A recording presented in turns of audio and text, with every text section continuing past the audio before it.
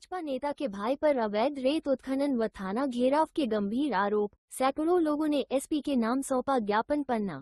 धर्मपुर थाना क्षेत्र के ग्राम इमलिहा के ग्रामीणों ने लगातार हो रहे अवैध रेत उत्खनन, धमकियों और थाना परिसर में दबाव बनाने जैसी गंभीर गतिविधियों के खिलाफ पुलिस अधीक्षक पन्ना को शिकायती आवेदन सौंपा है। ग्रामीणों ने आरोप लगाया है कि गांव के पास स्थित नदी में रामबाबू गौतम और उसके सहयोगी लंबे समय से अवैध रेत उत्खनन कर रहे हैं, जिसके विरोध में आवाज उठाने पर उन्हें गाली गलौज और धमकियों का सामना करना पड़ रहा है। ग्रामीणों के अनुसार परिस्थिति तब और गंभीर हो गई जब थाना प्रभारी अनिल सिंह राजपूत द्वारा अवैध उत्खनन रोकने के स्पष्ट निर्देश देने के बावजूद आरोपी अपनी हरकतों से बाज नहीं आया। आवेदन में उल्लेख किया गया है कि 13 नवंबर 2025 को भी नदी से ट्रैक्टरों द्वारा अवैध रेत भराई की गई और रोकने पर ग्रामीणों को डराया धमकाया गया। ग्रामीणों ने ये भी बताया कि 15 नवंबर की रात करीब 8 बजे रामबाबू गौतम अपने कुछ साथियों के साथ धर्मपुर थाने पहुंचा और थाने में ही अनावश्यक दबाव बनाने एवं विवाद उत्पन्न करने का प्रयास किया, जिससे कानून व्यवस्था बिगड़ने की आशंका पैदा हो गई। ग्रामीणों ने इस घटना को अत्यंत संवेदनशील बताते हुए इसे प्रशासनिक हस्तक्षेप की आवश्यकता वाला मामला बताया। ग्रामीणों ने बताया कि नदी में हो रहे अवैध रेत उत्खनन पर तुरंत रोक लगाई जाए, अवैध गतिविधियों में शामिल व्यक्तियों पर कठोर कानूनी कार्रवाई की जाए एवं थाने में दबाव बनाने और धमकाने जैसी घटनाओं पर भी दंडात्मक कार्रवाई की जाए।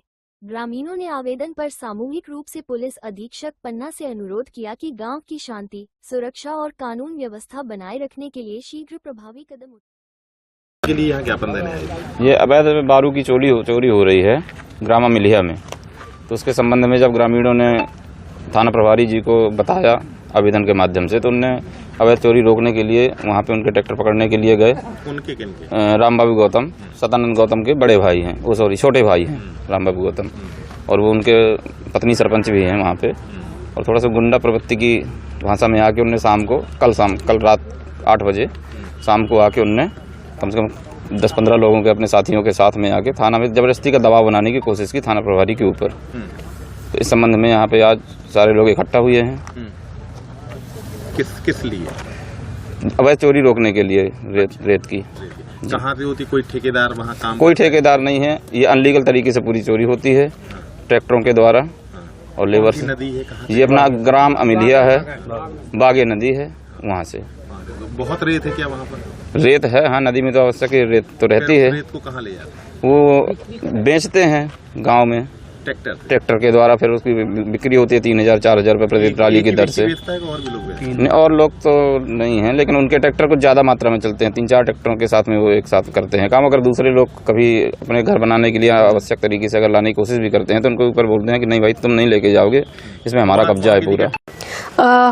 थाना धर्मपुर में ग्राम इमलिहा में थाना प्रभारी और वहाँ पे राम बाबू जो सरपंच पति भी है, उनके साथ रेत के कुछ वाहनों का आने जाने को लेके किसी बात पे बहस हुई, ऐसा उनके द्वारा बताया गया। और उस दौरान बातचीत के दौरान थाना प्रभारी द्वारा उनके साथ दुर्व्यवहार किया गया, इसकी शिकायत और इस संबंध में थाने पर वो लोग एकत्रित हुए थे और इस संबंध में उन्होंने एक लेखी आवेदन प्रस्तुत किया है, जिसकी जाँच की जा रही है। और आज उसी क्रम में थाना इमलिहा से ही कुछ ग्रामीण जो हैं वो यहाँ आए हैं ऑफिस में, उन्होंने भी एक ज्ञापन दिया है जिसमें उनके द्वारा बताया गया कि थाना प्रभारी के द्वारा इस तरीके का कोई दुर्व्यवहार नहीं किया गया और वो जो कार्रवाई कर रहे हैं वो ठीक कर रहे हैं। तो इस ज्ञापन को भी संज्ञान में लिया जा रहा है और इस पर जाँच की जाएगी। ग्रामीणों का आरोप है कि क्षेत्र में लगातार अवैध उत्खनन हो रहा है, ग्रामीणों को आवाजाही में ही परेशानी हुई, रास्ता अवैध रूप से बनाए जा रहे हैं। ये सारे ही पॉइंट्स जो है उन्होंने ज्ञापन में लिखित में दिए हैं और इन्हीं बिंदुओं की जो है जाँच की जाएगी। मामला रेत के उत्खनन से जुड़ा हुआ है? जी, उसी को लेकर है कि रेत का जो खनन है और उसका जो रूट है आने जाने का वाहनों का, उससे संबंधित ही कुछ ग्रामीणों को उससे परेशानी थी और वही जांच का विषय है कि ये कितना सच है, इसको जांच की जाएगी।